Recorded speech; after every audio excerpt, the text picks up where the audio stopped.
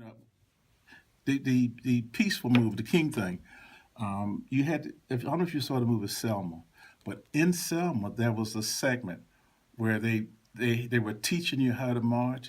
They would bring in some white kids from particularly up north who had no bias, no outward prejudices that you could tell, but they would come in, and those kids who were willing to join the movement anyway, they would come in and play the role of the racist community. And if you couldn't take it in that room, you weren't allowed to march. I mean, they were very serious about this peaceful thing. So we were taught the positions you get and don't. You always talk about getting in a fetal position, but you couldn't get it so far because those cops would hit you across your backbone. So you don't want to get that crack. But anyway, those kind of things. So I mean, I had that in me. And we went to North Carolina actually teaching them. Say, no, this is the peaceful. No, we're not going out here fighting. As a matter of fact, I don't know if she's not old enough, but the Woolworth counter, the old drugstores with the counters, with the lunch counters, you would time it just when those guys came in for lunch. And they almost always had mirrors behind them. I don't know why. I'm thankful how they did.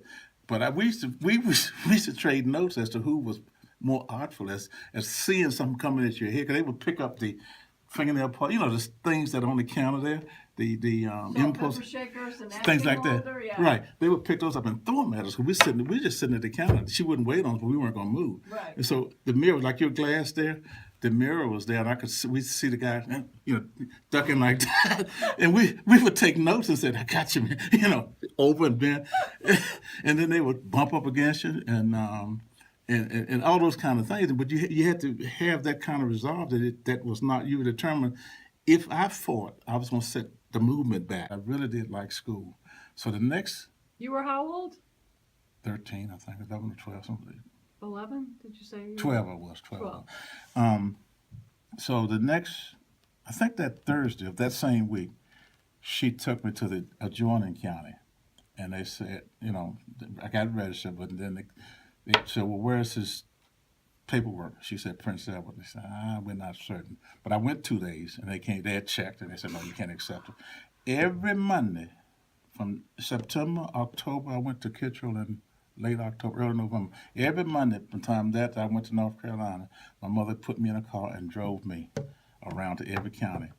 Even she went as far as there was a teacher friend of hers that said, I'll drive him every day because she taught in Prince Edward and she moved her teaching job to Lynchburg. She said, he can go with me. I went for 4 days because the people thought I was a relative of hers. If you were a child of a teacher, you could do that. And she never said I was. She didn't say I was. She didn't volunteer that I wasn't. Right.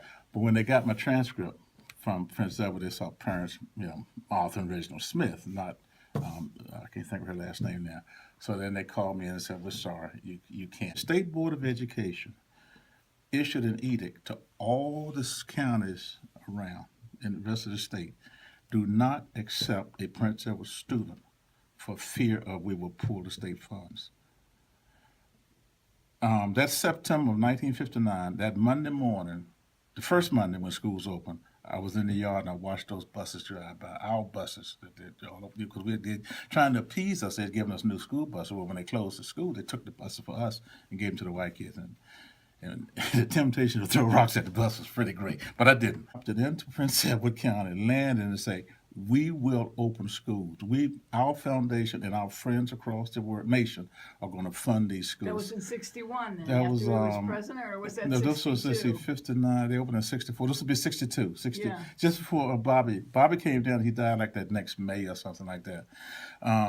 So they did open the school. We had a half a year or a year of the Kennedy-run schools.